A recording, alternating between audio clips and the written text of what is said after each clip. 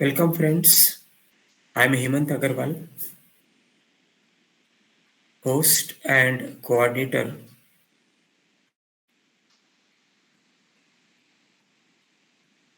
of webinar conducted by chshelpforum.com. This website is specifically relating to various issues that can be experienced in societies and will benefit all CHS members. Website has very simple language articles, various draft of applications, over 125 earlier webinar videos, and more shall be added as and when time permits. This knowledge and experience sharing webinar is conducted in very simple, ordinary, non-technical, non-legal language and can be easily understood by all our friends. Today's topic is panel auditor. आज का विषय है panel auditor, जिसके हम typically statutory auditor भी बोलते हैं एक सोसाइटी में. Typically the word technical word is panel auditor. अब अगर आप सोसाइटी के अपने बैलेंस शीट में ऑडिटर का ठप्पा देखोगे तो उसमें वर्ड लिखा होगा पैनल ऑडिटर. तो उसका चुनाव अपॉइंटमेंट कैसे करते हैं, उसकी क्या क्या ड्यूटीज होती है, उसके बारे में आज हम लोग चर्चा करने वाले हैं.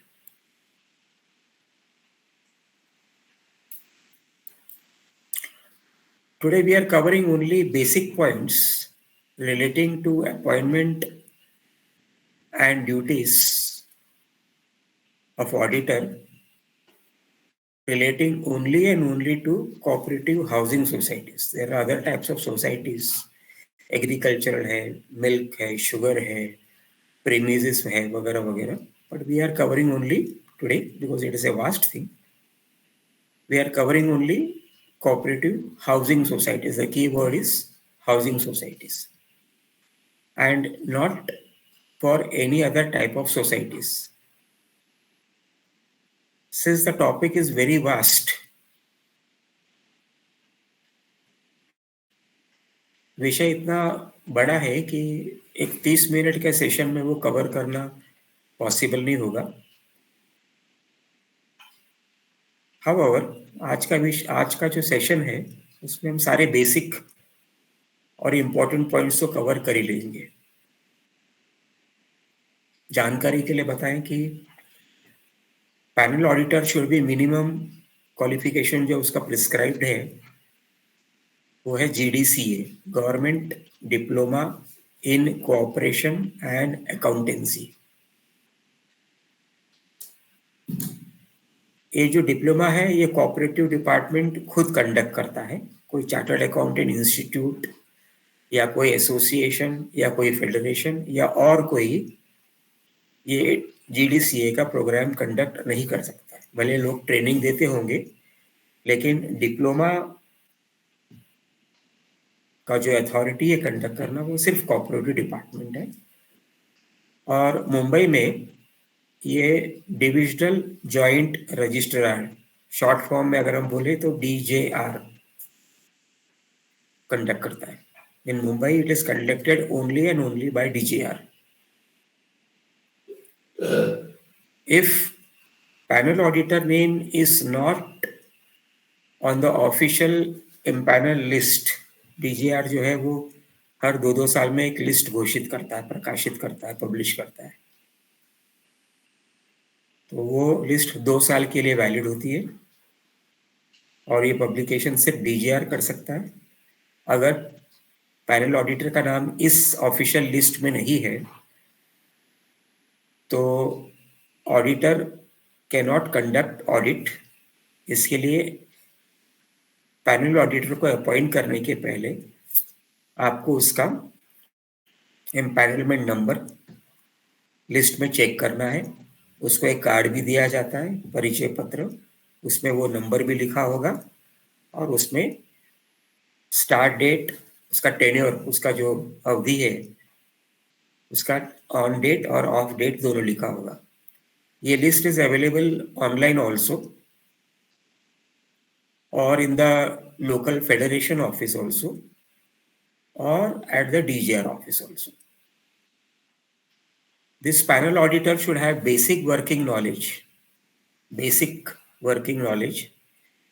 GDCA का एक कोर्स है जिसके अंदर MCS एक्ट, रूल्स और बायलॉस के बारे में बताते हैं, पर इसके अलावा panel auditor should have working knowledge of MCS act, rules, bylaws means registered bylaws, BMC laws, fire laws, income tax laws, GST laws, property tax laws and any tax laws. इसके basic working knowledge, minimum knowledge तो होना चाहिए कि income tax का knowledge इतना यहाँ तक होना चाहिए कि भाई TDS काटा ये नहीं काटा, पेनल्टी लगी ये नहीं लगी, इतना टर्नओवर के ऊपर इतना TDS काटना चाहिए था, वो काटा ये नहीं काटा है, बिल में GST लगा या नहीं लगा है वगैरह, इतना बेसिक नॉलेज तो होना है. Panel auditor can be a chartered accountant too और ex cooperative department class 1 officer. लेकिन अगर वो चार्टर्ड अकाउंटेंट है या वो क्लास 1 डिपार्टमेंट का ऑफिसर है तो भी उसको कंपल्सरीली पैनल नंबर लेना जरूरी है. He has to be enrolled with the DGR. Non CHS society में CA को पैनल नंबर की आवश्यकता नहीं है, नॉन CHS सोसाइटी पर. हाउसिंग सोसाइटीज के लिए ये जरूरी है पैनल नंबर, और उनको DGR पे एनरोल करना. उनको कोई सेपरेट क्वालिफिकेशंस वगैरह देने की जरूरत नहीं है. जैसे किसी ने GDCA कर लिया तो उसको पैनल नंबर मिल जाता है, वो ऑडिट कर सकता है. So this CA has to be enrolled with DGR. DGR के पास क्यों एनरोल करना है? Because DGR जो है, he is the administrative authority. For what? For exams, for registering the panel numbers, for any complaints relating to the panel auditor, deregistering के लिए उसको अगर हटा देना रजिस्ट्रेशन से कंप्लेंट के बाद, इंक्वायरी के बाद, उसके लिए. और अगर कोई प्रोसिक्यूशन फाइल करना है, कोई कंप्लेंट फाइल करना है कानून के सामने, कोर्ट्स के सामने, तो उसके लिए DGR के पास में पैनल नंबर होना आवश्यकता है. और इसका अधिकार सिर्फ और सिर्फ मुंबई में DGR के पास में.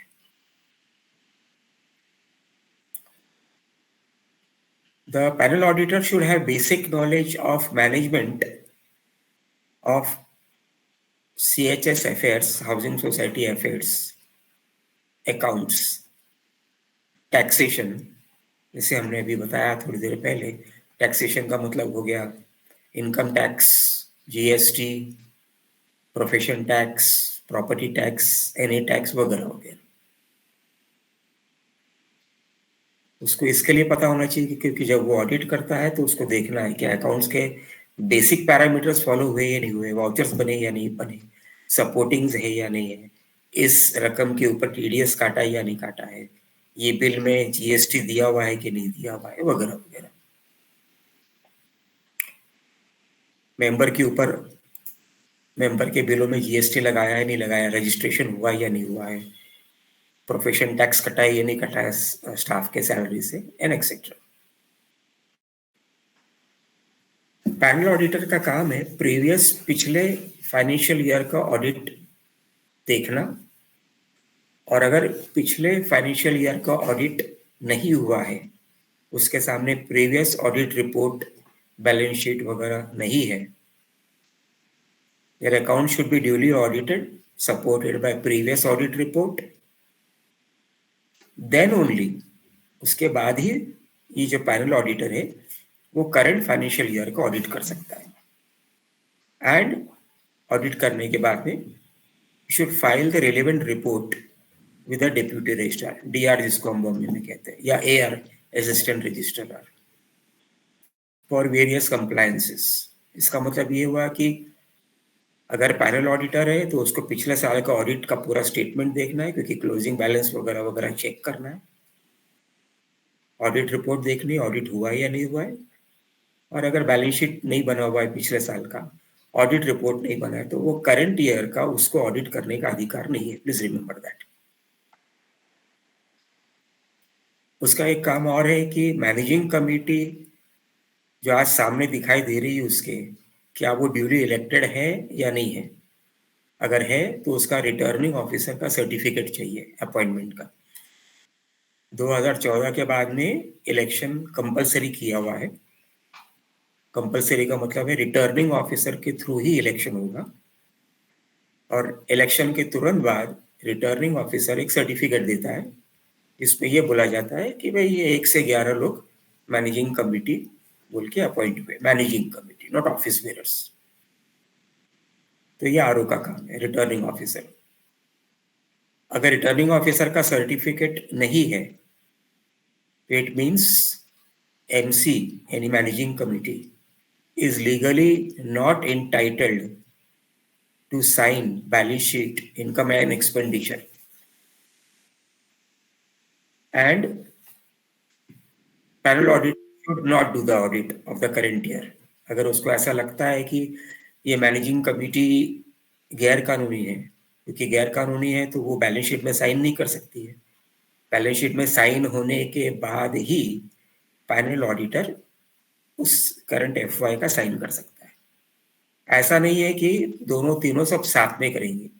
कानून ये बोलता है कि 4 महीने के अंदर अकाउंट्स आपको पूरा करना है और उसके बाद में ऑडिट करना है। अकाउंट्स पूरा करने का मतलब ये कि आप अकाउंट्स पूरा करो, उसके बाद उस अकाउंट्स में बैलेंस शीट में इनकम एंड एक्सपेंडिचर स्टेटमेंट में अब चेंजेस नहीं हो सकता।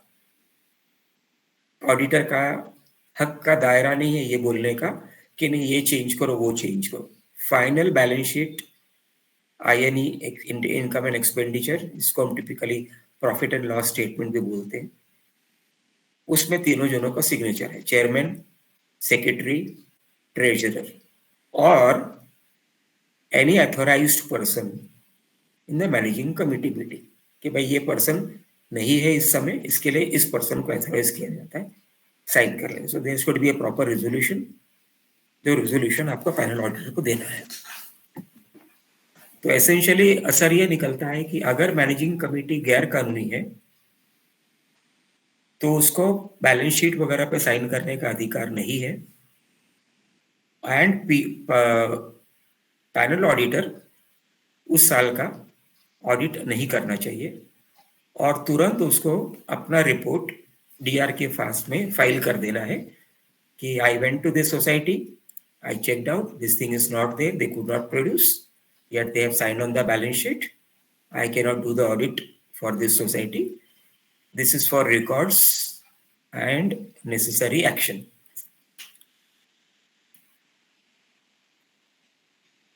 यहाँ तक के बाद में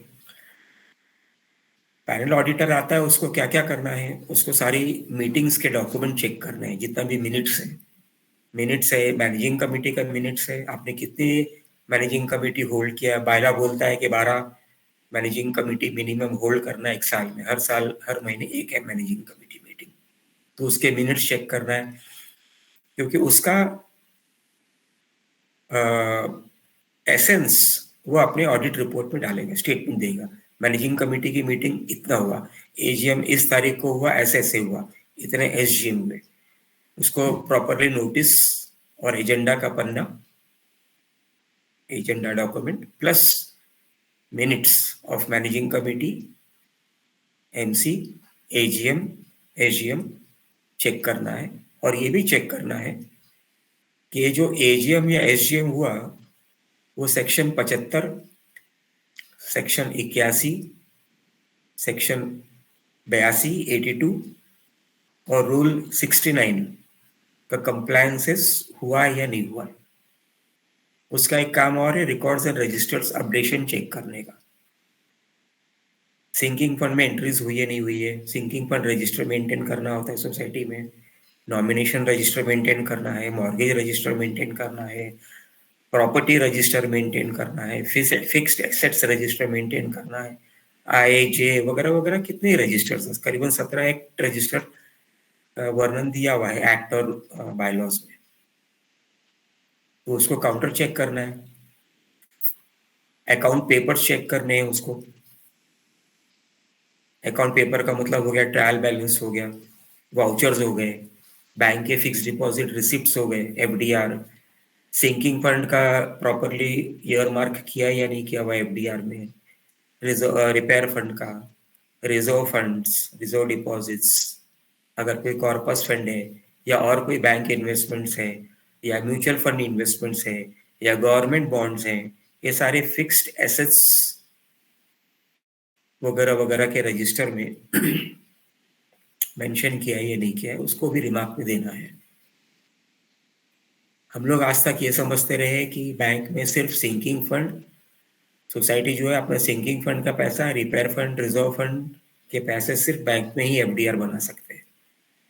पर अभी कानून बदली हो गया है 2019 सितंबर से, जुलाई से, और आप अपना सिंकिंग फंड का पूरा पैसा, रिपेयर फंड का पूरा पैसा, रिजर्व फंड का पूरा पैसा, कॉर्पस फंड, शेयर कैपिटल छोड़ के आपके पास में जितने भी फंड है FUND, वो सब आप बैंक में छोड़ के आप म्यूचुअल फंड्स और गवर्नमेंट बॉन्ड्स में भी आप इन्वेस्ट कर सकते हो। उसका एक काम और भी है कि जो इंटरेस्ट आया sinking fund, repair fund, reserve fund में भी, उसको इंश्योर करना है कि वो सिंकिंग फंड में ही वापस री इन्वेस्ट हो, सोसाइटी निकाल के रूटीन एक्सपेंडिचर खर्चे में उसको ना इस्तेमाल करे। ये उसको उसका काम है देखने का, और ऑडिट रिपोर्ट में वैसा रिमार्क डालना है। कई बार society sinking fund, repair fund, reserve funds वगैरह वगैरह फंड से पैसे निकाल लेती है कुछ कामों के लिए, जैसे मेजर सिविल रिपेयर फंड हो गया या कैपिटल कोई एक्सपेंडिचर हो गया, 10 AC लगाना है, लिफ्ट बदली करना है, ये करना है, वो करना है, तो he has to check appropriate resolutions, notice agenda resolutions for the same, and then only do the further audit remarks. Typically her panel auditor ऐसा नहीं करता है, बट इट इज कंपल्सरी कि उसने जो जो भी डॉक्यूमेंट्स चेक किए, आई रजिस्टर चेक किया, उसको अपना वहां पे स्टैम्प, इनिशियल और डेट लिखना है। 100 पन्ने चेक किए तो 100 पन्ने में ये सारी चीजें उसको एंट्री करनी है, वाउचर में भी, अकाउंट्स बुक्स में भी, कुछ भी है डॉक्यूमेंट जो भी उसके सामने आया, उसको अपना स्टैम्प, इनिशियल यानी सिग्नेचर और तारीख डाल के उस डॉक्यूमेंट को चेक करना है एज वेरीफाइड। कई बार कई सोसाइटी में कैसे करते हैं कि सोसाइटी पैनल ऑडिटर बोलता है ठीक है सब डॉक्यूमेंट्स मेरे ऑफिस में भेज दो या मेरे घर भेज दो, मैं ऑडिट करके आपको वापस भेज दूंगा। पर ये गलत है, ऐसा करना नहीं है। डॉक्यूमेंट्स मिसप्लेस भी हो सकते हैं, लाइबिलिटी मैनेजिंग कमेटी की है, क्रिमिनल लाइबिलिटी मैनेजिंग कमेटी के बन जाती है। So panel auditor should do audit only and only in the society office and not carry society documents to his office or residence. कुछ समय पहले ऐसा निकला कि ऑडिट रिपोर्ट मराठी में ही होनी चाहिए, बट ऐसा बिल्कुल भी नहीं है।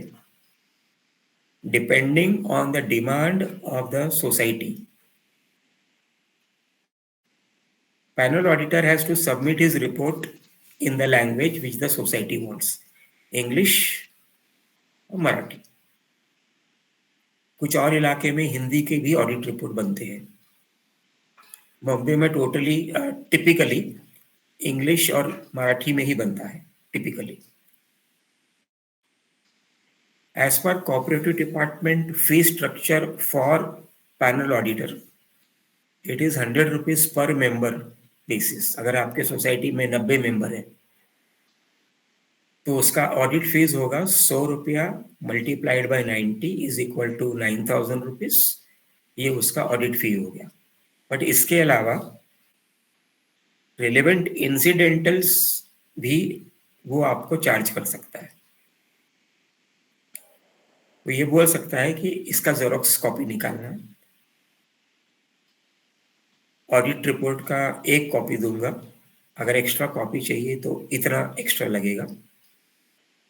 उसका जो इंसिडेंटल में उसका रिफ्रेशमेंट्स वगैरह वगैरह जो भी आता है ऑफिस में, अगर वो 3 दिन आता है तो तीनों दिनों का रिफ्रेशमेंट्स वगैरह वगैरह का उसको देना है आपको। उसको वो अगर अपना असिस्टेंट लेके आता है, अगर आपके पास वॉल्यूमिनस डेटा है या डेटा ठीक से नहीं पड़ा हुआ है तो वो भी खर्चा उसको देना है, एंड सो। अगर वो ऑडिट 10 दिन करता है या 1 महीना करता है तो ये आपके इंसिडेंटल्स बढ़ते चले जाएंगे। Panel auditor appointment can be done only, must be compulsorily done only in the AGM. Sections 75 bracket 2A में ये डिफाइंड है, and it should be only for आने वाले फाइनेंशियल ईयर के लिए, that means only for 1 year. 1 साल के ऊपर उसको अपॉइंट नहीं करना है।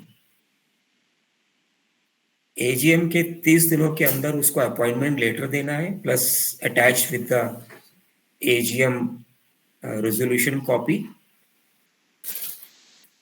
will be given within 30 days.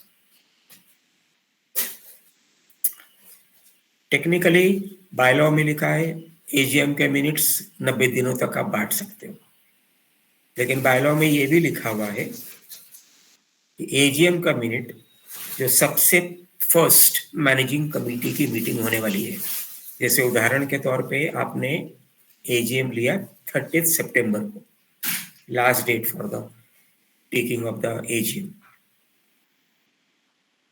तो 30 सितंबर, उसके अगले महीना कौन सा होता है, अक्टूबर होता है। तो अक्टूबर को आपने मानो 15 अक्टूबर को आपने एमसी मिनट्स लिया,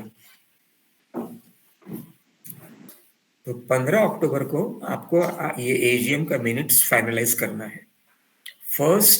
any first fourth coming MC minutes you have to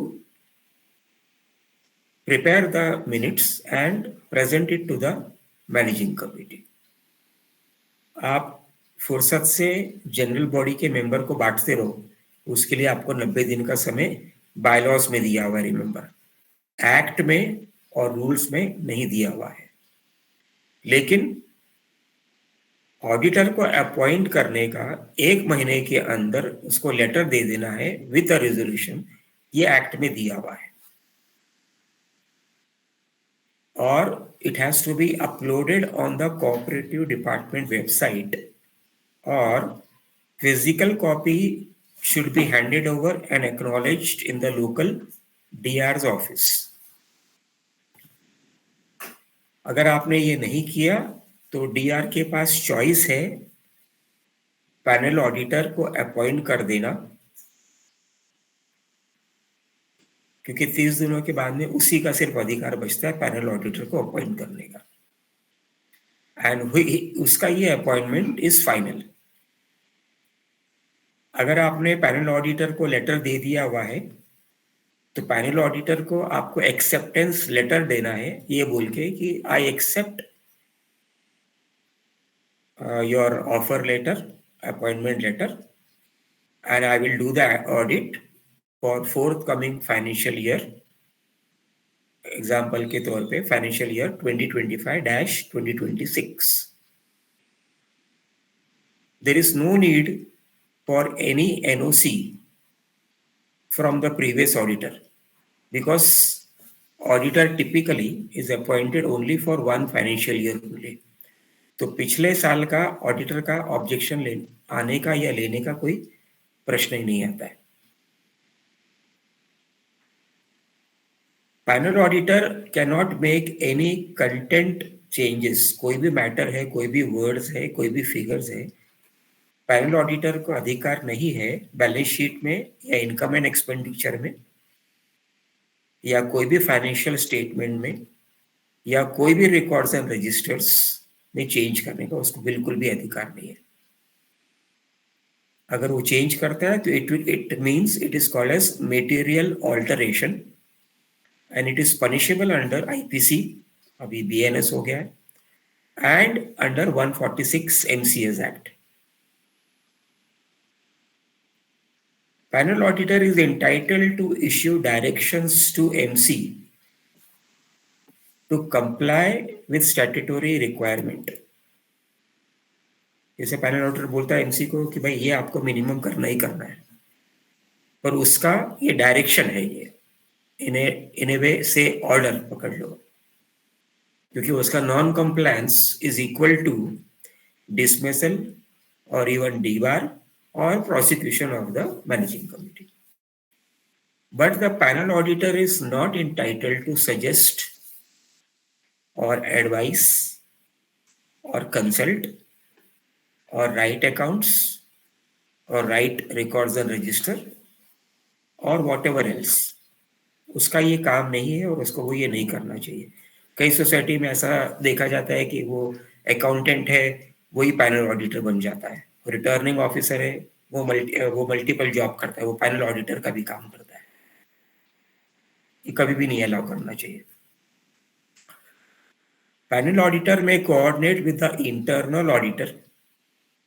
अपने काम को सहूलियत देने के लिए या असिस्ट करने के लिए या डेटा समझने के लिए पैनल ऑडिटर जो है वो किस किस से सहायता ले सकता है? इंटरनल ऑडिटर से, अकाउंटेंट से, ट्रेजरर से, सेक्रेटरी से, as may be required to complete his audit. Panel auditor is not bound to and should not interact directly with any of the general body members or their letters or their notices unless the same is directed by the DR for the purposes. इसका मतलब ये हुआ, कोई अनिल भाई करके कोई ordinary member है, general member है, वो लेटर लिखता है.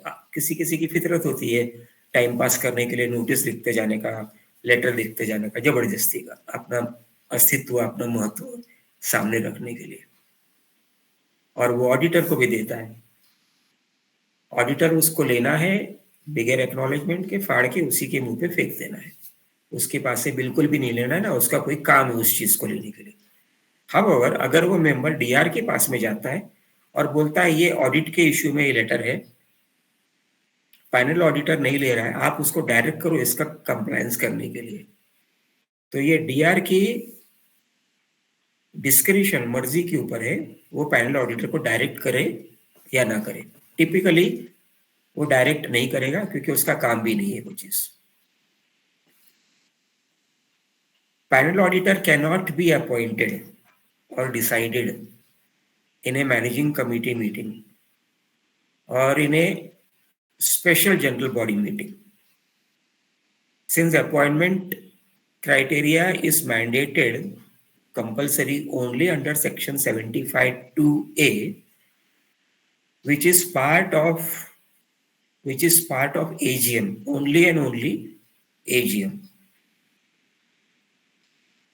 एजीएम में मैंने बताया, एजीएम में फाइनल करो, 1 महीने के अंदर उसका अपॉइंटमेंट लेटर दो, खत्म करो. आप बोलोगे कि मैं 1-2 महीने के बाद मैं एसजीएम करूंगा, उसमें कर लूंगा, तो ये क्राइटेरिया मीट नहीं करता है. सेक्शन 75 का वॉयलेशन होता है, which can be where MC can be dismissed और डीबार्ड आल्सो. पैनल ऑडिटर के बाकी कामों में मेंबर्स का जो ट्रांसफर फाइल्स आती हैं, like for example sale deed आ सकता है, रिलीज डीड है, गिफ्ट डीड है, वगैरह वगैरह, कई ढेर सारी फाइल्स आती हैं. तो उसको ये भी देखना है कि सारे एंट्रेंस फीस मिले ही नहीं. जैसे वाउचर्स कैसे चेक करता है अकाउंट्स का, वो देखता है कि भाई बिल 100 रुपए का है, वाउचर भी 100 रुपए का होना चाहिए, 90 का नहीं हो सकता, 110 का नहीं हो सकता. वो देखेगा कि बिल तो 50,000 रुपए का है, तो टीडीएस काटा था, ये नहीं काटा था, उसको कोई कॉन्ट्रैक्टर को 1%, 2% या लीगल एडवाइजर का 10% वगैरह वगैरह. वो देखेगा कि 5-10 लाख रुपए का काम हुआ है, तो जिस वेंडर ने है उसका जीएसटी नंबर है या नहीं है, जीएसटी कार्ड उसने लगाया है कि नहीं लगाया. क्योंकि अल्टीमेटली जब आप ये सब नहीं करते हो और पैनल ऑडिटर अपने रिपोर्ट में नहीं करता है, तो लाइबिलिटी तो मैनेजिंग कमेटी यानी सोसाइटी की परमानेंटली बनी रहती है, तो he has to put it in his report कि ये सारा कंप्लायंसेस नहीं हुआ है। इसी तरह panel auditor has to check membership entrance fees, 4 member आया तो 400 रुपया बैलेंस शीट में दिखना चाहिए, ये उसका काम है। ट्रांसफर फीस, सेल डीड से 3 मेंबर आए तो ट्रांसफर फीस 500 रुपया इंटू 3 वहां पे दिखना चाहिए। थर्ड पार्टी मेंबर्स अंदर आए हैं, न्यू मेंबर्स आए हैं which is not related to the society और is not from the nomination और is not from family gift, तो शेयर ट्रांसफर प्रीमियम मुंबई में 25,000 रुपया है, उसको ये काउंटर चेक करना है कि 3 आए हैं, 75,000 रुपया बैलेंस शीट में दिख रहा है या नहीं दिख रहा है। अगर कोई मिसमैच है या एक्सेस है या डेफिशिएट है तो उसे रिपोर्ट करना है। अगर उसको दिखता है कि ट्रांसफर प्रीमियम तो 4 लाख रुपए दिख रहा है लेकिन मेंबरशिप का ट्रांसफर तो सिर्फ एक ही हुआ है, तो उसको ये अपने ऑडिट रिपोर्ट में बताना है कि ये एक्सेस लिया हुआ है। रिमेंबर कि ऑडिट रिपोर्ट आप डीआर के ऑफिस में भी देने वाले हो, यानी वेबसाइट में लोड भी करोगे और सारे मेंबर को भी दोगे, तो सब मेंबर को पता चल जाएगा, जाना चाहिए कि मैनेजिंग कमेटी ने क्या कम ज्यादा लिया हुआ है। कई बार मैनेजिंग कमेटी बोलती है दोस्ती दोस्ती है भाई हमारी, आप शेयर ट्रांसफर प्रीमियम मत दो, हम लोग एडजस्ट कर लेंगे। ऑडिट रिपोर्ट में नहीं हो सकता, ऑडिट रिपोर्ट में ये डिटेक्ट होगा और 100% होगा। Panel auditor should remark and report any false membership transfer entries membership के कैसे इफेक्ट हो सकती है, सेल डीड से हो सकती है, गिफ्ट डीड से हो सकती है, रिलीज डीड से, सेल सर्टिफिकेट से, ऑप्शन से, वगैरह वगैरह। कोर्ट के डिग्री से प्रोबेट हो गया, एलए हो गया, ट्रांसफर डीड हो गया। अगर उसको ये सारे डॉक्यूमेंट्स नहीं दिखते हैं, प्रोविजनल मेंबर का फॉर्म्स नहीं दिखता वगैरह, और फिर भी वो ये देखता है कि आई रजिस्टर में नाम चढ़ चुका है, तो अपने रिपोर्ट में उसको डालना चाहिए और उसकी एक अलग रिपोर्ट बना के डीआर के ऑफिस में देना चाहिए कि यहाँ पे इस सोसाइटी में फ्रॉड हुआ है, मिसचीफ हुआ है, फॉल्सिफिकेशन हुआ है, वगैरह वगैरह वगैरह।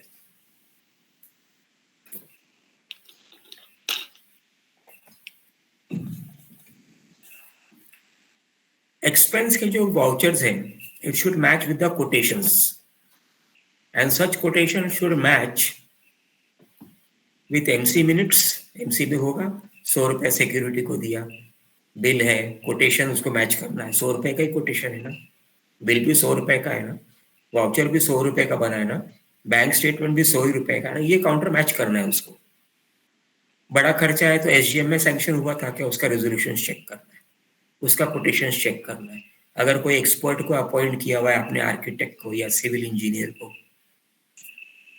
या प्लम्बिंग कॉन्ट्रैक्टर को, इलेक्ट्रिकल को, वगैरह वगैरह, तो ये सारे आपको काउंटर चेक करने हैं। एएमसी इसको काउंटर चेक करना है, एनुअल मेंटेनेंस कॉन्ट्रैक्ट्स। तो panel auditor has to match the expense vouchers with the quotations that may have been passed in an MC meeting, in a SGM meeting, in an AGM meeting, and counter check the resolutions. And this should be minimum signed, the expense voucher should be minimum signed by secretary, manager, secretary या manager and treasurer, along with supporting attachments. Supporting attachments में क्या हो सकता है, आपका bill होगा, आपका TDS चालान्स होंगे, अगर आप जीएसटी पेएबल बनते हो तो आपको उसका वाउचर चालान्स दिखाना है आपको, counter check it with the bank statements की टीडीएस टाइम पे डिडक्ट हुआ था, पे हुआ था या नहीं हुआ था, एंड सो। कई बार ट्रांसफर होते हैं, सो एनओसी की नो ऑब्जेक्शन सर्टिफिकेट या तो प्रीमियम भरा जाता है जब फ्लैट्स माड़ा के हो या सिडको के हो या बीएमसी के हो या और कोई गवर्नमेंट बॉडी के तरफ से प्लॉट अलॉटेड हो। तो he has to check that कि एसआरए का स्कीम था, उसका इतना ट्रांसफर प्रीमियम बनता है, सिडको का इतना था, म्हाडा का इतना था, उसका भरा है या नहीं भरा है, नहीं भरा है तो सोसाइटी ने मेंबरशिप ट्रांसफर कैसे कर दिया, वो नहीं कर सकते हो आप जब तक वो प्रीमियम के रिसिप्ट अटैच नहीं होता है। डोंट टेल कि नहीं नहीं वो तो मेंबरशिप ट्रांसफर करने का अधिकार तो सोसाइटी को बिल्कुल भी नहीं है in case of MHADA, CIDCO, SRA, BMC properties. Property in MHADA and so, you are only an allottee of the flat. It is given to you from legal angle only for usage purposes. There is no agreement. It is only allotment letter. So when there is change of allotment letter, जैसे society में change of membership है तो आपको 25,000 का premium देना है। But when there is change of allotment letter of MHADA, CIDCO वगैरह, तो then you have to pay premium to them, take a receipt, take a no objection, give it to the society, then only go ahead with it. One of the other duties of panel auditor is to check the bylaws and its amendments, and to match which should match the society's needs, latest laws, rules, circulars, GRs, and so and so. वो बाजार में 100 रुपए वाला मिलना बायलॉस को adopt किया तो वो गलती होगी, वो गलत चीज है अडॉप्ट करना। बायलॉस का अडॉप्शन का प्रोविजन अभी तक नहीं दिया हुआ है। नए रूल्स जब आएंगे, अभी लेटेस्ट आने वाले होंगे जब भी, तब उसके अंदर एडॉप्शन का वर्ड दिया हुआ है। अभी तक आज के दिन पे एमसीएस एक्ट व रूल्स में सिर्फ और सिर्फ अमेंडमेंट का वर्ड दिया हुआ है, एडॉप्शन का वर्ड नहीं दिया हुआ है। और आप बायलॉ अडॉप्ट कर भी नहीं सकते क्योंकि सेक्शन 13 में बायलॉ को अमेंड करने का प्रोविजन दिया हुआ है। तो अगर आपने एक बायलॉ को अमेंड कर दिया और एडॉप्टेड बायलॉज में वो प्रोविजन नहीं है तो आपका वो कॉन्ट्रा इंडिकेटिव बायलॉज बन जाएगा।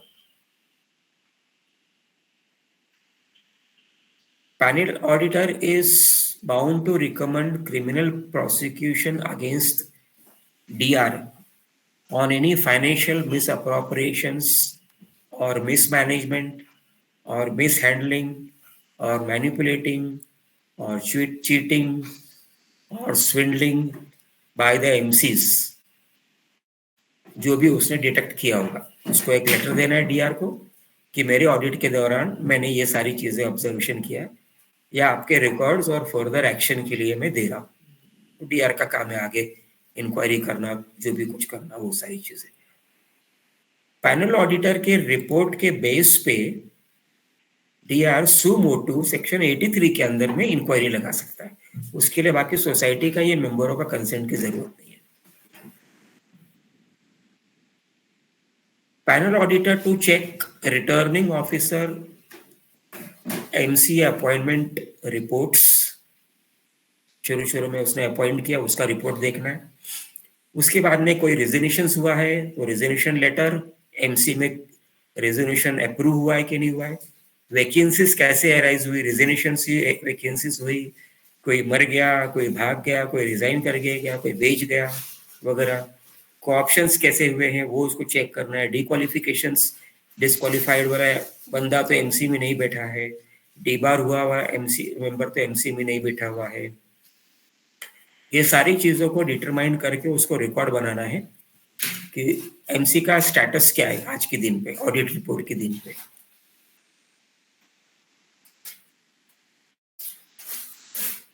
Typically, panel auditor is entitled legally to attend your AGM. So he can give a notice to the MC to invite the panel auditor as a special invitee in the AGM to brief the general body members about the state of financial affairs or management by the managing committee. Managing committee cannot refuse this notice or to invite him to the meeting. उसका हक है, वो section 81 में ये clear cut covered है।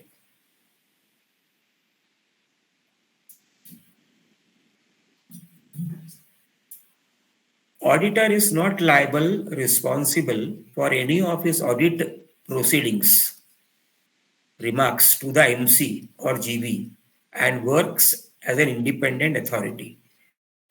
MC बोल नहीं सकता है कि आप ये लिखो, जीबी का कोई भी मेंबर बोल नहीं सकता ये लिखो वो लिखो, उसको as a independent authority work करना है. Panel auditor should start his audit only and only after the balance sheet and expenditure is signed by the chairman, secretary, treasurer, or any authorized signatory as prescribed under section 75, read with section 81.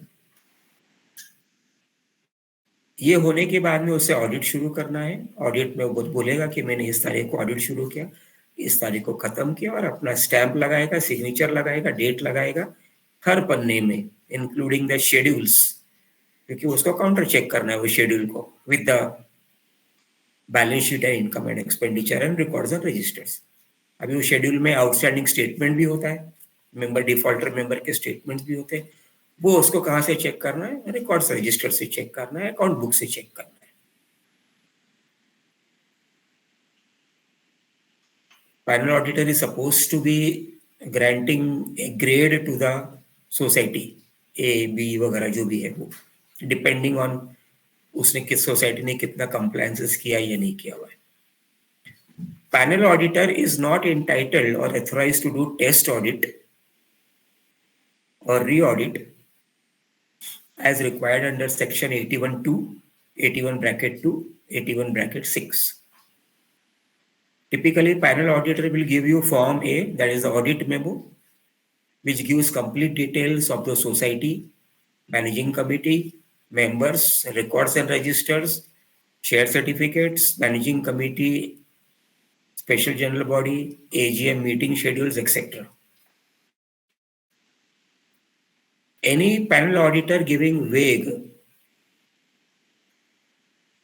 typically कई society में ऐसा होता है कि panel auditor वो वेग reports देता है, आधा अधूरा, या ऐसा रिपोर्ट देता है जिसको आधा अधूरा ही समझना पड़ता है, या उसमें पूरा नहीं लिखा हुआ है, एजम्पटिव लिख दिया हुआ है, इनकम्प्लीट है, प्रेजेंटिव ऑडिट रिपोर्ट दे दिया हुआ है.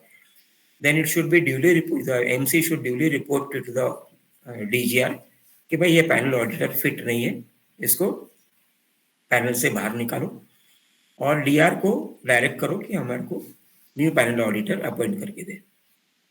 Panel auditors liability is to give proper conclusive audit report and not opinion in the audit report as typically found in most audit reports. कई बार ऑडिटर्स ही लिख देते हैं मेरे ओपिनियन में ऐसा है, वो ओपिनियन नहीं देना है उसको प्रॉपर कंक्लूसिव रिपोर्ट देना है. ये हुआ है, ये नहीं हुआ है, मुझे ऐसा प्रतीत होता है, मैं ऐसा एज्यूम करता हूँ, मैं ऐसा सीम्स टू भी करता हूँ, वो चीज ऑडिट रिपोर्ट में नहीं आती. Audit report is a legal document, so there is no assumptions or presumptions or seemingly वगैरह वगैरह. Any delay by panel auditor in auditing should be reported in writing to the panel auditor and to DR to avoid debar proceedings against managing committee. Panel auditor का fees नहीं दिया तो वो अपना recovery proceedings file कर सकता है, उसके पास उतना अधिकार है. Audit report, balance sheet, income and expenditure, जो भी स्टेटमेंट ऑफ अकाउंट्स है, वो कोऑपरेटिव डिपार्टमेंट के वेबसाइट में अपलोड करना है. किस लिए? क्योंकि कोऑपरेटिव डिपार्टमेंट स्टैटिस्टिक्स करता है, एनालिसिस करता है बाय कोऑपरेटिव विजिलेंस डिपार्टमेंट, कितनी सोसाइटीज हैं, कितना इनकम हुआ, कितना क्या हुआ, वगैरह वगैरह वगैरह. वो हिसाब से डिपार्टमेंट देखता है कि अच्छा कोऑपरेटिव सोसाइटी अभी तक 2000 रुपए में रजिस्टर हो रही थी, इतनी ढेर सारी सोसाइटीज हो गई, इतना ज्यादा टर्नओवर हो गया, तो चलो भाई अभी नया रूल्स बनाते हैं, 5000 रुपए कर देते हैं. लॉजिक है. अगर कोई स्टैटिस्टिक्स अवेलेबल है तो आपके फीस इंक्रीज करेगा ही करेगा government.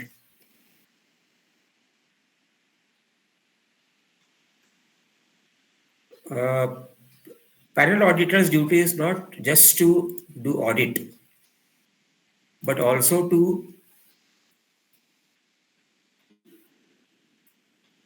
file proper report for any type of mismanagement and in the CHS. I'll conclude now. We will take a 2 minutes break and then we will come back for the question answer session. Please wait with us. Thank you.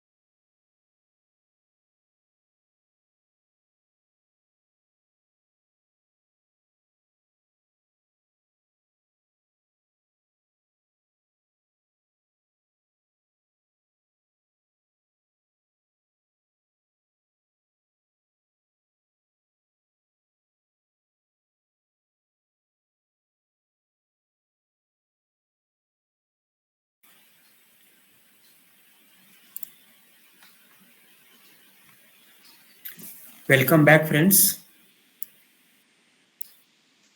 Now we can take up questions by our friends here. सिर्फ आज के विषय पे ही हम चर्चा करेंगे, प्रश्न उत्तर करेंगे. आज का विषय है panel auditor, appointment procedures, duties. Friends who want to ask questions, please click on the hand symbol on your screen. ऐसा आपके स्क्रीन में एक हैंड सिंबल होगा, वो क्लिक कर दीजिए and we will take up your questions in sequence. We are taking only one short question per person. While asking your questions, please switch on your video. This webinar does not provide any type of consultations or advice to your personal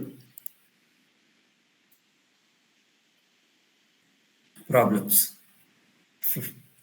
Knowledge and experience sharing is based on take it or leave it basis without any type of liability or responsibility whatsoever and whichsoever.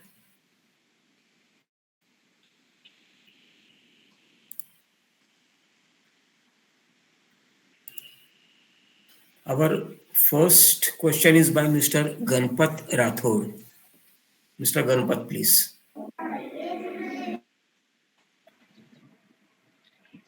Good evening sir. Good evening Rathore साहब. 23-24 में administrator था society में, और AGM के समय में भी वही था. वो कुछ मतलब एजीएम वगैरह लिया नहीं और ऑडिटर का अपॉइंटमेंट हुआ नहीं. Then March 24 the committee came into existence actually. तो ये बात कमेटी ने भी मतलब डीआर वगैरह को ये रिपोर्ट नहीं किया, और फिर 24 में एजीएम हो गया. उसमें ऑडिट रिपोर्ट्स वगैरह ऐसा कुछ भी मतलब नहीं किया गया, और ऑडिट रिपोर्ट और उसमें भी मतलब ऑडिटर का अपॉइंटमेंट वगैरह हुआ नहीं. और वैसे ही मतलब एजीएम है वो हो गया बेसिक, उसमें वो थे ही नहीं, मतलब point agenda, basic agenda was missing actually. अब 24 में भी वो अपॉइंटमेंट हुआ नहीं ऑडिटर का। तो अभी हाउ दिस ईयर्स, दिस 24-25 का ये ऑडिट कैसे होगा सोसाइटी का? जैसे मैंने बताया राठौर साहब कि जी। ऑडिटर तो अपॉइंटमेंट तो एजीएम में ही होगा। जी हाँ। जी। ठीक है। अगर एजीएम में आप किसी कारणवश नहीं कर पाते हो तो मैनेजिंग कमेटी या कोई भी जनरल मेंबर भी डीआर को बोले कि भाई इस कारण से ऑडिटर अपॉइंट नहीं कर पाए थे, कारण बताना है, जेन्यून कारण बनाना है, रियलिस्टिक कारण बताना है कि नहीं हुआ था, कृपया ऑडिटर अपॉइंट करो। लेकिन ये आपको डॉक्यूमेंट्री एविडेंस क्रिएट करना पड़ेगा कि सर मैंने डीआर को इन्फॉर्म किया था कि ऑडिटर अपॉइंट करो। और जब तक ऑडिटर अपॉइंट नहीं होता है तब तक आपको ऑडिट नहीं करना है। अगर आपने नहीं किया है तो अब अधिकार क्षेत्र शिफ्ट हो गया उसकी तरफ, डीआर की तरफ अपॉइंटमेंट का। और फिर भी अगर सोसाइटी ने अनजान, अज्ञानता, जबरदस्ती ऑडिट कर दिया वगैरह, तो तो कोई भी मेंबर डीआर को कंप्लेन करके या री ऑडिट का एप्लीकेशन डाल के फिर से पूरा ऑडिट करवा सकता है। इनिशियली शायद उसको अपने खुद के जेब से पैसा भरना पड़े, लेकिन अगर कोई गैर कानूनी काम हुआ है तो आप डीआर को बोल सकते हो कि ये गैर कानूनी काम सोसाइटी ने किया हुआ है, मेरा उससे कोई ग्रीवेंस नहीं है, ऑडिट हुआ नहीं है ठीक से, ये है वो है, तो आप सू मोटू यानी आप अपने तरफ से री ऑडिट करवाइए। तो ये एक बार अपने तरफ से री ऑडिट होने की संभावना बन जाती है।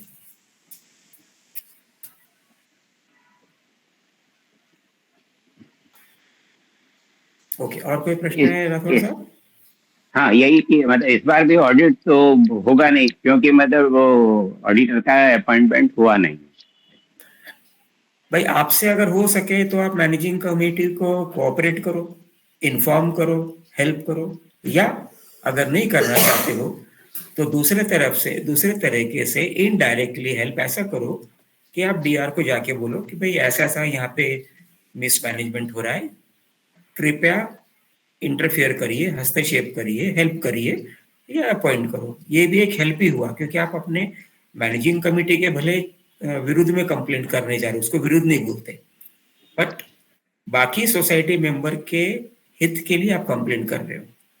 आपका भी पैसा लगा हुआ है, उनका भी लगा हुआ है, तो आप एक तरह से सोशल एक्टिविज्म करोगे। इस समय कर सकते हैं क्या, क्योंकि 31st तो उसका लास्ट डेट था, 31 any July time sir, you can do it any time, not a problem. Thank you mister Rathore for joining in. Thank you. Thank you. Our next question is by Miss Nisha Khairnar. हाँ निशा खेरनर। हाँ yes, नमस्ते। Madam video My switch on question. करिए प्रश्न के पहले, सब लोग ने वीडियो स्विच ऑन रखा हुआ है। Okay. Okay. हाँ.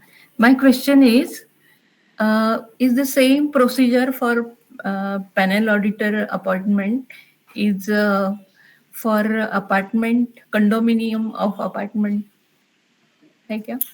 No madam, the appointment for panel auditor is governed, panel auditor, I'm talking about the word panel, PANEL, panel auditor. The panel auditor is governed by the cooperative department audit section, section 75 of the MCS Act, section 81 of the MCS Act, section 82 of the MCS Act. Condominium is not registered under MCS Act. It is registered under MAOA, Maharashtra Apartment Owners Act. उसके अंदर आपके bylaws में ये लिखा होगा, act में नहीं लिखा है कि आपको ऑडिटर का अपॉइंटमेंट कैसे कैसे करना है, लेकिन आपके बायलॉ में पैरामीटर दिया होगा जब आपने बायलॉ डिक्लेरेशन डीड रजिस्टर किया होगा कि हमको कैसे करना है, क्या नहीं करना है। उसके अंदर पैनल ऑडिटर नहीं है, आप किसी भी चार्टर्ड अकाउंटेंट को आप अपॉइंट कर सकते हो, unless and until the government in future decides to do something similar to cooperative societies. Okay. And अजून एक प्रश्न आहे की डायरेक्ट आणि इनडायरेक्ट एक्सपेन्सेस आपण सांगू शकतो का त्यांना की तुम्ही इनडायरेक्ट एक्सपेन्सेस मध्येच लिहा म्हणून? Example? All expenses should be indirect expenses so that tax लागू शकणार नाही. आप आज टॅक्स नाही लगाएंगे. जर तुम्ही तसं केलंही सुद्धा एक विचार करा, आज नाही लावलं, आज TDS डिडक्ट नाही केलं, आज GSTचे पेमेंट नाही केलं, कधी ना कधी डिपार्टमेंट, आता तुम्हाला माहित आहे की आता सर्व डिजिटल झालेलं आहे, ऑनलाईन झालेलं आहे. इन्कम टॅक्सकडे AIS अकाउंट इन्फॉर्मेशन सिस्टम आहे. आता तुम्ही 20,000चे दागिने खरीदले, त्यांनी तुमचे पॅन नंबर घेतला, तुम्ही कॅश देऊन पैसे खर्च करून घेतलं आणि जर पॅन नंबर दिलं तर ते रेकॉर्डमध्ये येणारच.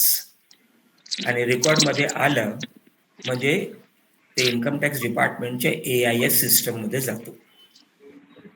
इन्कम टॅक्स बघणार तुमची बॅलन्स शीट, अरे 2 करोडची बॅलन्स शीट आहे, किती TDS डिडक्ट केलेला आहे, कॉन्ट्रीब्युशन्स किती आहे, GST का नाही केला, तर काय बनणार तुम्ही त्या टायमाला? मग त्या टायमाला पेनल्टी पण होईल, इंटरेस्ट पण होईल आणि गुन्हा साबित झाला तर इम्प्रिझनमेंट पण होईल. तो माझा असा विचार आहे की टॅक्स भरावा बरोबर प्रॉपरली, कारण की आपण रोड यूज करतो, ब्रिज यूज करतो आणि कितीही गव्हर्नमेंटची सुविधा यूज करतो, मिलिटरीचं हे आहे, सबसिडाइज राशन आहे, ट्रॅव्हल आहे वगैरे वगैरे, कितीही व्यवस्था असते. पण हे कुठून येतात? हे सर्व टॅक्सच्या पैशातूनच येतात ना. Anyway, thank you madam for joining in today. Okay, next question is by Viju Chauhan. Thank you, sir. My question is, the auditor is allowed consecutively for 3 years, right? Yes, Same auditor. yes. So first 2 years, the auditor had given the report, and under same panel number for 2 years consecutively, and the third year under the same panel number, he has changed his name. But that we came to know after checking the balance sheet. So is he allowed to, under the same panel number, is he allowed to sign that balance sheet audit report? See, it is this way. The panel list issued by the DJR will show all these technicalities. Now, he might have conducted a gazette notification GR for his name change also. He might have given it to the DJR also, and the name change might have happened. So all these things need to be verified. But if that is there, then yes, of course, it can be done. But is he supposed to submit the gazette, government gazette report for the change of name, which he has not done? That is your duty to check the panel list and find out if it is there, that name, that number, because it is the government's work to check out that GR, that gazette, and not the duty of the CHS. If the DGR has put Anil Sharma as Sunil Sharma against the same panel number, then the DGR has verified Anil Sharma vis-a-vis Sunil Sharma against the same panel number and put that name in the new list. If his name is there in the new list, then it is government document, because DGR is the only constitutional authority who can do these changes, not you. You cannot verify. But no, even if he has changed it, verifying with the DGR, is he not supposed to attach it to the audit report to the society? No, madam. No. You are going to check out the list, check out the name, and the panel number and appoint him. That's it. You do not have authority to check his credentials in any manner. Anyway, thank you, madam, for Okay. joining in. Thank you. Next question is by Mr. Jay. Mr. Jay, please. Good evening sir. Sir मेरा Good evening, Mr. सवाल Jay. Good ये evening. मतलब ये मुझे पूछना है, जो audit फी है वो जो आपने 100 rupees per member per year बताया, तो वो जो महानगर पालिका में बताया, बरोबर?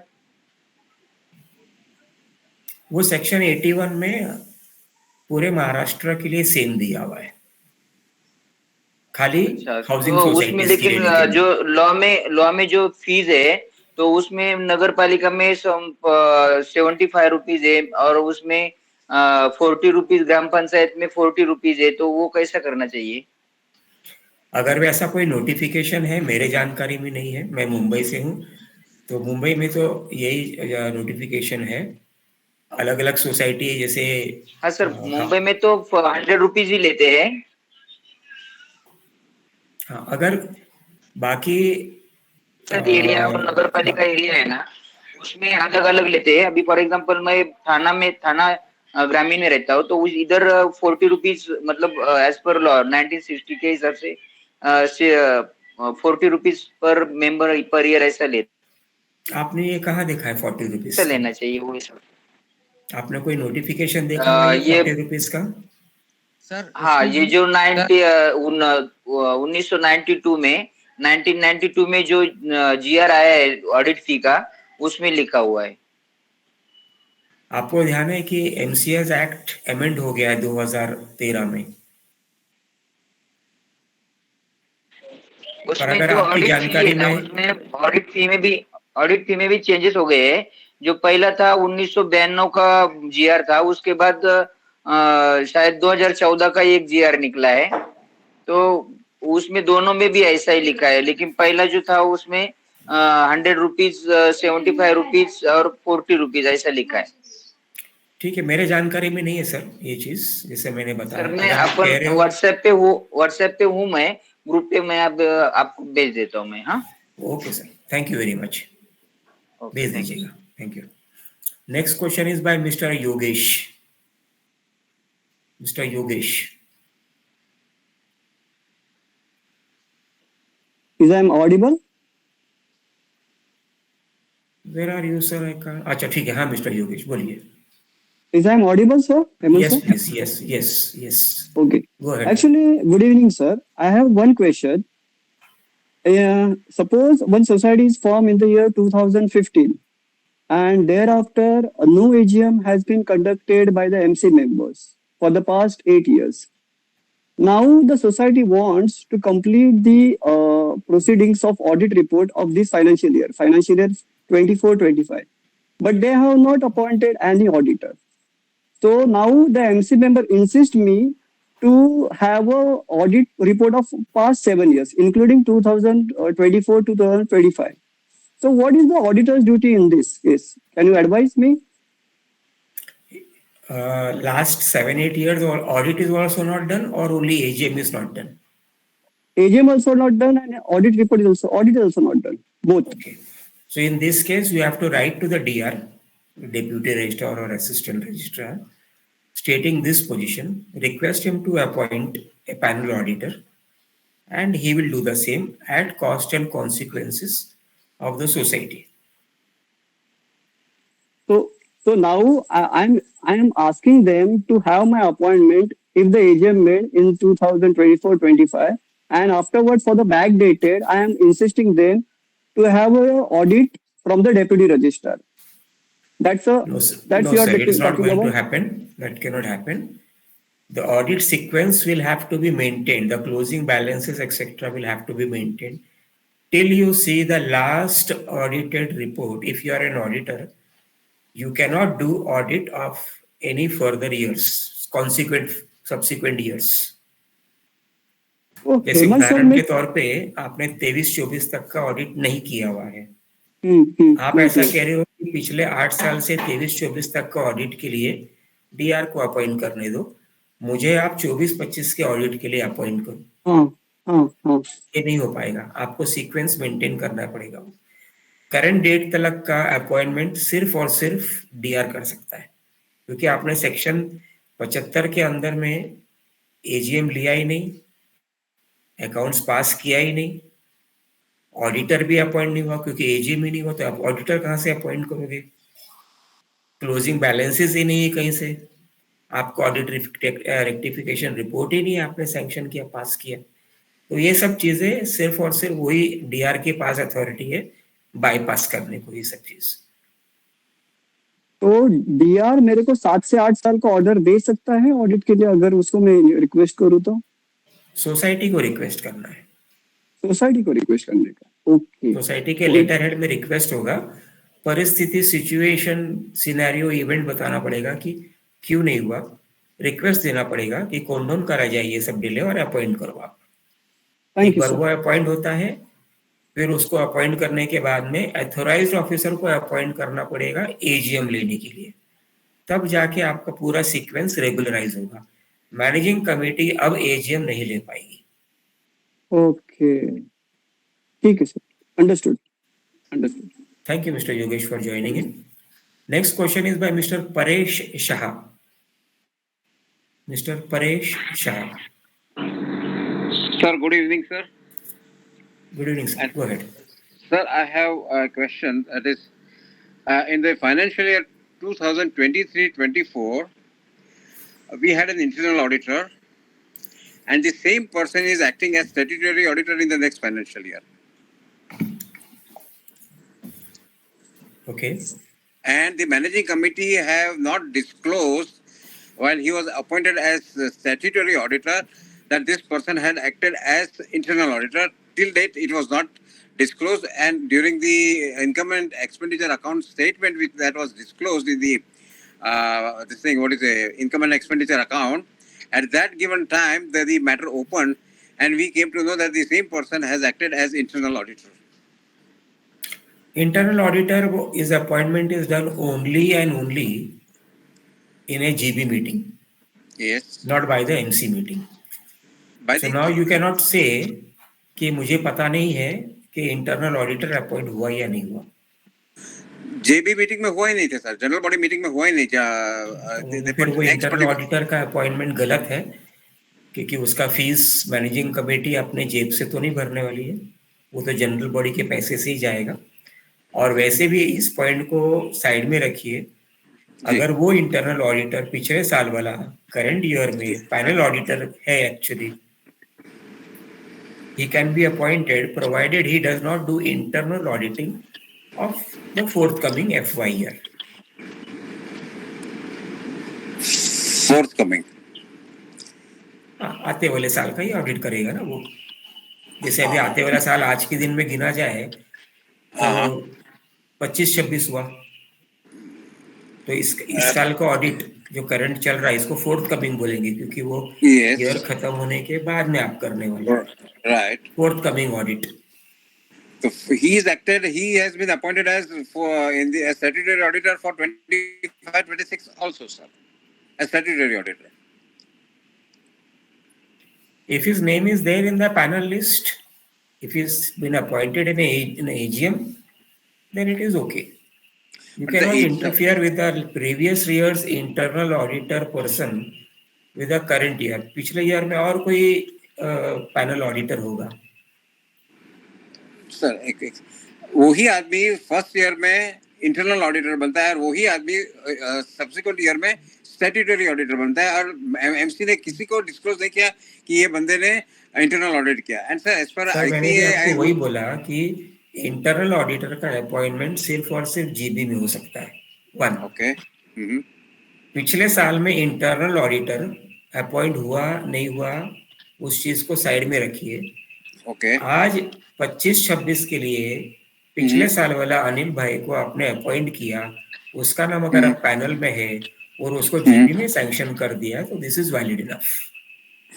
सर, इसमें एक चीज है sir, he is a chartered accountant and as per ICAI rule of this thing ethical practice, they have mentioned that there has to be a cooling period of at least 1 year in between, sir. That's what my understanding is, sir. That cooling period is not there in MCS Act. No, it is there only after 3 years. After 3 Panel years. auditor can do non-stop for 3 years. There is no cooling period. After No, 3 but years, then he has to go for a cooling period. 3 years के बाद में act में लिखा है खाली 3 साल कर सकता है, लेकिन चौथे साल सुनील भाई को रखो, 5वें साल फिर से अनिल भाई को रख लो. ना एग्रीड. बट एनीवे आईसीए में बोलता है कि statutory auditor and internal auditor has to have a cooling period of 1 year. Sir, we are discussing only and only cooperative Yes. housing society Yes, issues. sir. Yes, sir. Yes, sir. Okay. ICA जो है chartered accountants है, they are not authorized to audit society accounts if they are not impaneled. He's impaneled auditor, sir. Yeah, he has to be paneled. So He's the impaneled. conditions of MCS Act will be applicable and not any other laws. Anyway, thank you, Mr. Paresh, for joining in. Thank you, sir. Thank you, sir. Appreciate it, sir. Next question is by Mr. V.J. Jog. Mr. Jog, please. Good evening sir. Good evening, sir. Go ahead, please. Sir ये जो panel auditor अपना report देता है तो उसका कुछ standard format है या कुछ ऐसा कुछ है, तो हम एज अ मेंबर हम लोग कैसे पता चलेगा भाई रिपोर्ट उसने जो दिया है वो कंप्लीट है? स्टैंडर्ड फॉर्मेट टिपिकली ऑनलाइन भी मिल जाता है. लोकल फेडरेशन ऑफिस में चले जाइए, वहां पर भी मिल जाएगा. लोकल डिवीजन, अगर आप बॉम्बे के हैं तो divisional joint registrar office fort चले जाइए, हेड क्लर्क को रिक्वेस्ट करिए, वो आपको सॉफ्ट कॉपी तुरंत दे देगा. Okay okay sir, thank you sir. Thank you. Next question is by mister Ismail Shaikh. Sir मेरा सवाल ये था, एक सोसाइटी 32 मेंबर की है और वो उन्होंने अब तक के इलेक्शन नहीं हुआ, खाली सिलेक्टेड होता रहा टिल डेट. तो इलेक्शन हुआ नहीं और मतलब इलेक्शन नहीं करा, सिर्फ सिलेक्टेड हुआ. सब रशीद भाई, हमीद भाई को हमीद भाई, रशीद भाई को इस तरह से हुआ. अभी उन लोग ऑडिटर अपॉइंट करते हैं. मैं सेक्रेटरी, तुम ट्रेजरर, वो चेयरमैन, ऐसा? Yes sir. वो बैठे जनरल बॉडी में बैठे, एक दूसरे को कर दिए, हो गया. अभी वो आगे इंटाइटल या ऑडिट को कराने में मतलब लीगली सही है, गलत है? अगर आपका रिटर्निंग ऑफिसर का रिपोर्ट नहीं है आपको अपॉइंट करते हुए, तो आप साइन कैसे करोगे बैलेंस शीट पे? फिर मैं आके साइन कर दूं, चलेगा क्या सर? नहीं चलेगा. तो रिटर्निंग ऑफिसर का लगेगा ना फिर तो. That is mandatory sir. Yes, right. Sir दूसरा ये पूछना सर, एक सवाल था सर, वो ऑडिटर की कोई एज लिमिट होती है जो जीडीसी का कोर्स करता है? इसमें कट ऑफ 65, 70 ऐसा कुछ है पैनल में आने के लिए? उम्र की बात करते हैं आप? Yes sir. अच्छा क्वेश्चन है, लेकिन मुझे लगता है कि इसका कोई एज की अवधि नहीं प्रिस्क्राइब किया हुआ है. मेरे जानकार में नहीं है ऐसा कुछ अभी तक. तो मैंने सुना था इसलिए पूछ रहा हूँ सर. 65 या 68 इज कट ऑफ. एग्जाम्स के लिए, एग्जाम्स का उनके जो नोटिफिकेशन निकलते हैं उसके अंदर एज का क्राइटेरिया है या नहीं है, मैंने ध्यान नहीं दिया. टिपिकली नहीं होगा. कोई और जानकार अगर है इस समय यहाँ पे तो बताइए, कोई भी किसी को जानकारी है? ओके सर, एग्जाम के लिए नहीं है. हाँ जी सर, एग्जाम के लिए तो कोई एज क्राइटेरिया नहीं है, लेकिन पैनल में आने के लिए है. करेक्ट. ओके. एग्जाम पास करने के लिए नहीं. सम एज इज देयर सर. तो वो एज कहाँ लिखा है जैन साहब? वो जीसीडीए बोर्ड है, एग्जाम जो लेती है वो पूरा का बोर्ड है, पूरे महाराष्ट्र के लिए एक ही बोर्ड है, वो कंडक्ट करती है एग्जाम. ओके. तो वो बोलती है कि सीनियर सिटीजन हो गए तो परीक्षा नहीं दे सकते हो? नहीं दे सकते. Exam can be given by anybody. 80 years भी, 90 इयर्स भी चलेगा. But to register themselves, impanel themselves, तो उसके लिए एज क्राइटेरिया ऑडिटर बनने के लिए, और उसके लिए 3 साल का कोई सीए के वहाँ प्रैक्टिस होना चाहिए as a auditor, assistant auditing और in that department with any CA. Panel auditor के बारे में बोल रहे हैं आप? हाँ, जिसको पैनल में अपना नाम लिखाना है, जीसीडीए वाले को भी. जो मेरी जानकारी है ऐसा है सर, एज का फैक्टर नहीं है. आपने जीडीसीए 20 तारीख को पास कर लिया, डीजीआर ने आपको इम्पैनल लिस्ट में डाल दिया, आप अगले दिन से ऑडिटिंग शुरू कर सकते हो. नहीं, 3 साल के बाद. not immediate. I'm not aware of that criteria. उसका qualification का क्या structure है मुझे पता नहीं है. But very good point. Thank you, Jain sir. Thank you, sir. Thank you, sir. Thank you. Our next question is by Mr. Sushil Matthew. Mr. Sushil Matthew. Yeah, good evening, sir. Good evening, please. I hope I'm audible. Yes, please. Go ahead. Okay, sir. Actually, I'm a member of two societies. Okay. So I'll take one of the societies running good. Everything is in order. पर उधर एक point मैंने race किया था कि they have taken the transfer premium. So it was approximately around 50,000. But they have shown it as transfer fees, but they are not shown it as income and expenditure. So I have asked them that ये auditor ने कुछ इस पे सवाल उठाया नहीं, and auditor has put this in reserve and surplus transfer fees 50,000, but it is not mentioned anywhere in expenditure में भी नहीं, ना इसमें भी है, income में नहीं है, expenditure में दिखाया नहीं. So what is your comment on that? Transfer premium क्या सोसाइटी का इनकम है क्या? जैन साहब आप क्या कहते हो? नहीं, ये इनकम नहीं है, ये रिजर्व में ही जाएगा और एक्चुअली तो लेना इलीगल ही है. 25,000 से ज्यादा प्रीमियम लेना इलीगल. नहीं, 2 जन ने सेल किया तो 25,000, दैट इज ओके. 25,000 दिया है.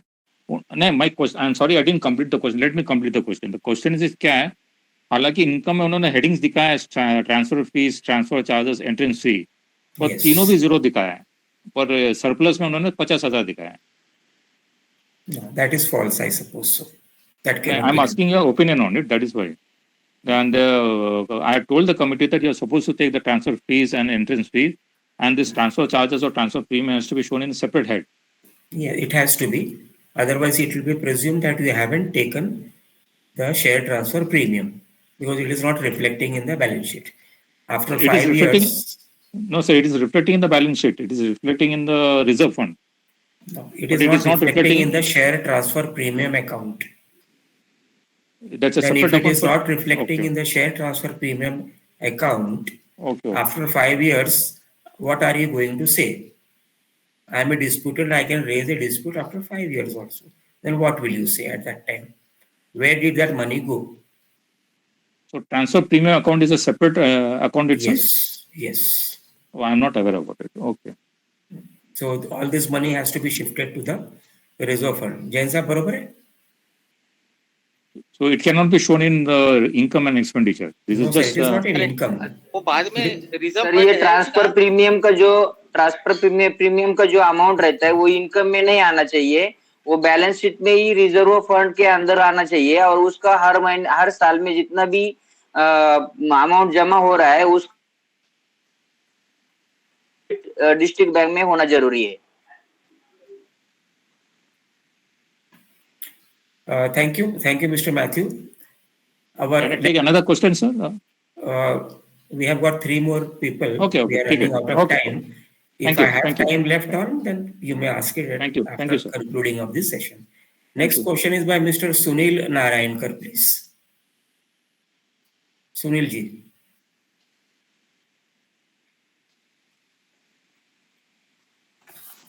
Mr. Sunil Narayankar, unmute.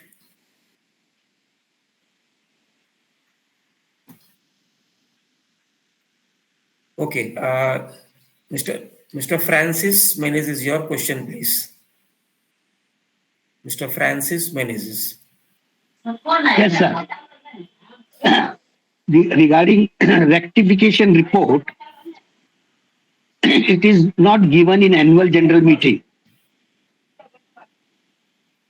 And the same thing repeated every year, whatever the issues are there, continues, same issue comes under rectification report.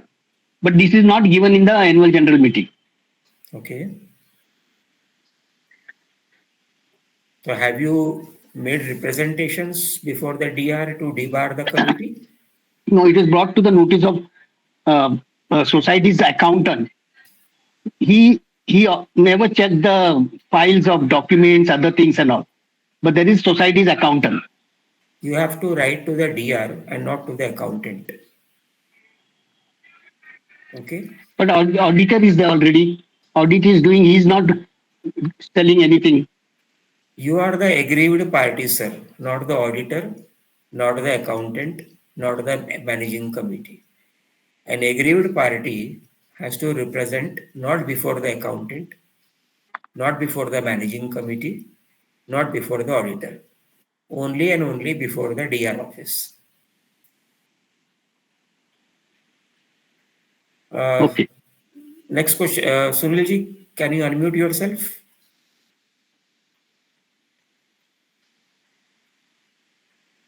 Sunil ji बोलिए। सुनाई नहीं दे रहा सर, आपकी आवाज नहीं आ रही है। सर मैं पीडब्ल्यूआर का सोसाइटी का बात किया था ना, कन्नमवार नगर का। ओके। कन्नमवार नगर का, तो वहाँ फिर से वही प्रॉब्लम चल रहा है कि स्पेशल जनरल बॉडी जो है 79A के लिए, उसमें वो लोग है ना, वार्षिक सभा में जो लिहिणं आहे की मागील इतिवृत्ताचे वाचन करणे आणि प्रशासक काळातील जे सभेचे इतिवृत्ताचे वाचन करने, और उसने वो हिसाब में है ना, उसमें जो है ना अगले साल के लिए उन्होंने ऑडिटर, पैनल ऑडिटर का नियुक्त किया है स्पेशल जनरल बॉडी में। और मेन विषय था कि उनका कि 79A का डेवलपर के लिए टेंडर ओपन करना। ओके, उससे ऑडिट का क्या कनेक्शन है सर? हाँ, ऑडिट का क्या कनेक्शन है? उन्होंने स्पेशल जनरल बॉडी में ऑडिटर का ये किया, नियुक्त किया। तो अभी अगर स्पेशल जनरल बॉडी में किया है तो कानून में तो सिर्फ एजीएम में करने का प्रोविजन है। तो आपको डीआर को लिखना पड़ेगा एज ए मेंबर कि भाई ये उन्होंने नहीं किया हुआ एजीएम में, या तो कार्रवाई करो या तो इनको डीबार कर दो। अच्छा, तो सेक्शन 75 में कवर्ड है ये पॉइंट ऑलरेडी। तो इसके लिए मैनेजिंग कमेटी का प्रॉब्लम रहेगा क्या? वो ऑडिटर को जो नेमा है उसको प्रॉब्लम? मैनेजिंग कमेटी को, मैनेजिंग कमेटी ने जनरल बॉडी एसजीएम में किया, उसको करना चाहिए था एजीएम में। एसजीएम कभी हुआ 1 महीने के अंदर, तो आपको ऑडिटर को अपॉइंट कर देना है। वो तो आपने 1 महीने के कितने दिनों के बाद नहीं किया होगा, तो सब कुछ गड़बड़ी हो गया ना वहां पे। तो आपको डीआर को कंप्लेंट करके उस चीज को रेक्टिफाई करना पड़ेगा। अच्छा सर, इसके लिए मैं उनको पॉइंट रेज कर रहा हूँ कि ये काम तुम गलत कर रहे हो, तो मेरे को है ना आपका इतिवृत्ता का और मैनेजिंग कमेटी का जो भी डिसीजन होता है उसका फोटो कॉपी दो, और आपके यहाँ से मैंने पेड सर्विस लेके जो है ना उसके अगेंस्ट कैसा आपको अर्जी देना है, उनको डॉक्यूमेंट्स मांगना है, वो हिसाब से मैंने पूरा लीगली किया है आपका फॉर्मेट के ऊपर से, पेड फॉर्मेट से। और वो देने के बाद भी उन्होंने अभी तक मेरे को एक कॉपी भी नहीं दिया। डीआर को जाके मिलिए और बोलिए कि भाई इन्होंने जो सेक्शन दिया हुआ है उसके अंदर कार्रवाई नहीं किया हुआ है, तो आप इसके ऊपर हस्तक्षेप करके इस पे कार्रवाई करिए। अभी कल का उनका जो मीटिंग है उसमें उन्होंने फिर से वही किया है कि लीगल एडवाइजर का जो शॉर्ट लिस्ट है उसमें से फाइनल करना है, लेकिन वो नंबर पे डाला है 4 नंबर पे एजेंडा में, और उसके पहले अनदर सब्जेक्ट लिया है। तो ऐसे बार बार गलती कर रहा है। ये लगभग 6ठा नोटिस है उनका मल्टीपल एजेंडा का। तो ये सब डीआर को देंगे तो लोकल डीआर को जाके मिलके बातचीत करिए, अपने डॉक्यूमेंट्स लेके जाके, और उसको रिक्वेस्ट करिए, शायद कुछ कर पाए वो। अच्छा, ठीक। डीआर ने हाँ बोलिए sir. We have to conclude. आप शॉर्ट में फिनिश करिए आपका प्रश्न। अच्छा, हाँ, तो अगर डीआर ने ये करता है तो आप जैसे नॉलेज देते हैं तो हिसाब से फिर कोऑपरेटिव कोर्ट में ही जाना पड़ेगा क्या? फिर नहीं, पहले डीआर को कंप्लेंट करो, बोलो भाई ये प्रॉब्लम है, अपॉइंटमेंट गलत हुआ है, आप इस पे कार्रवाई करो करके। अब वो पूछेगा क्या कार्रवाई करो, तो उसको बोलो पैनल ऑडिटर अपॉइंट करो आप, या तो इनको डीबार करो क्योंकि एजीएम का उल्लंघन किया हुआ है। बराबर है ना? ठीक है। Last question. Thank you Sunil ji. Last question is by mister Rakesh Malhotra. Thank you sir. Good evening sir. Sir actually मैं अकाउंट फील्ड से नहीं हूँ, तो इसीलिए मैं थोड़ा क्वेश्चन में भी फनी क्वेश्चन हो सकता है। एक एएमसी है लिफ्ट का, जो सितंबर को स्टार्ट होता है ईयरली। तो ये जो इनकम एक्सटेंडेशन में जो समझो वो प्रोविजन कर लिया है उसका 1 लाख का, और मे बी खर्चा जो है उनका एएमसी जो आया होगा मे बी 20,000 से कम आया होगा या 20,000 से ज्यादा हुआ होगा। तो ये जो खर्चा कम या ज्यादा होता है वो कहाँ पे रिफ्लेक्ट किया जाता है सर? इनकम एंड एक्सपेंडिचर में जितना एक्चुअल खर्चा हुआ वो रिफ्लेक्ट होगा। हाँ, आपने क्या पास किया है, आपने क्या पास किया हुआ है या नहीं किया हुआ, उससे बैलेंस शीट से क्या मतलब पड़ा हुआ है? क्योंकि एएमसी जो है ना वो जो देते हैं प्रोड्यूस करते हैं वो सितंबर में देते हैं ना उन लोग, तो इसके लिए मालूम नहीं गिर रहा है कि आपके अकाउंट्स में क्या फिगर दिखाई दिया राकेश जी? 20,000 रुपए दिखाई दिया है। हाँ, मीन्स 1 लाख रुपए लिखा है अकाउंट्स में एक्सपेंडिचर में। आपको एएमसी का कॉन्ट्रैक्ट, हाँ वो सब साइड में रखिए आपको बैलेंस शीट से मतलब है। ओके, वो नेक्स्ट ईयर में अपने आप रेगुलराइज हो जाएगा। अगर आपने एएमसी 1 लाख का दिया हुआ है, बैलेंस शीट में 2 लाख का खर्चा है, तो चिंता करिए। हाँ, बैलेंस शीट में वही बोल रहा हूँ कि 1 लाख का दिखा रहा है और समझो 80,000 का कोटेशन आया होगा और पास किया होगा। पहले वेरीफाई करिए, हाइपोथेटिकली तो बोलना कुछ भी मुश्किल है। नहीं, क्योंकि वो हर टाइम मुझे दिख रहा है पर वो समझ में नहीं आता मुझे कि कहाँ पे होता है वो जाता है। अपने कोई अकाउंटेंट फ्रेंड के साथ में बैठ जाइए ना, उसमें ओके क्या बात है। Okay sir, no problem sir, yeah thank you Mr. Matthew, are you still there? We'll take up one last question of yours. Yes, Matthew. Yes, sir. Yes, sir. I'm One still short there. question, please. We have already run out of time. And only this is only regarding the rectification report. So, though the society is classified as A class, the rectification report may only one thing is mentioned, that you are not collecting the sinking fund and reserve fund. Not collecting. Yeah. So the resolution passed last time, they said that we will not be collecting sinking fund and reserve fund, but whenever a major repair fund comes, we will contribute. So they are telling that is a rectification they have told the committee, but I told them, please don't make it as a resolution, make it as an amendment. So am I correct or wrong? You are saying sinking fund, repair fund is not collected, but your bylaws presently is showing you have to collect minimum. Shall collect. Yes, sir. Let me complete, sir. Yeah. So your bylaw states 0.25 sinking fund and 0.25 sinking fund, 0.75 repair fund. Of the concession cost. This is reflected in your bylaws. Am I correct? Correct. Of the concession cost, original concession cost. Is this particular thing reflected in your bylaws? Yes, sir. Yes, sir. So if you are not collecting, does it mean you are complying with the bylaws or you are not complying with the bylaws? No.